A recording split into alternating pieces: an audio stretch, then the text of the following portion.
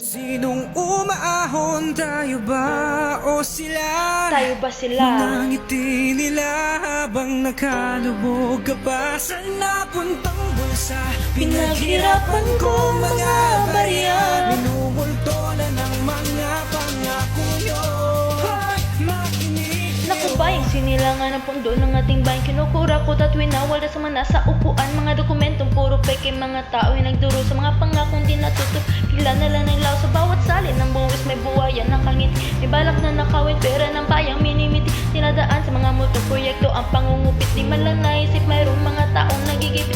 Mga busa nangiilan ay puno-puno na yaman, habang ang bayan ay nagugutom at nahihirap. Di ba kayo nakukonsensya o sadyang sakit nyo yan? Ang baliwalain ang karapatan ng mga mamamayan. Mga tao na sa upuan, ito ang inyong tandaan. Mayroon din kayong hangganan sa inyong kapangyarihan, pagkat ang kasamaan ay hindi nagwawagi.